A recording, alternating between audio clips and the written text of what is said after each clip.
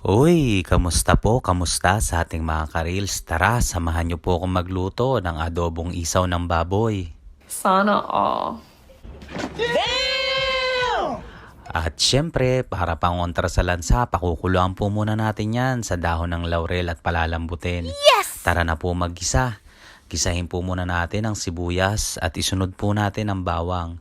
At kapag lumabas na po ang aroma, ilagay na po natin yung ating pinalambot at pinakuluan na isaw ng baboy. Bihira po akong makabili nito kasi gawa nga po ng meron tayong mga kaagaw katulad ng mga Vietnamese at saka mga Chinese. At kapag ka nailagay na po natin lahat, gigisahin lang po nating maigi yan hanggang sa magmantika. Kapag po isaw ang niluluto ko, nilalagyan ko po talaga ng laurel kapag inaadobo ko. At syempre, ilagay na po natin ang paminta para may kaunting kagat. At ang bili ni Lolo, sili para may kaunting anghang. What? Mahilig po talaga kasi ako sa mga pagkain na maanghang.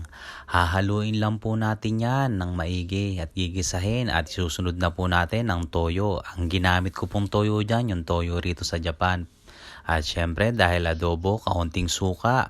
Hahaluin lang po natin yan at lulutuin pa natin ng ilang minuto at mamaya ready na po yan. Ano pang gagawin? Rat-rata na, kainan na!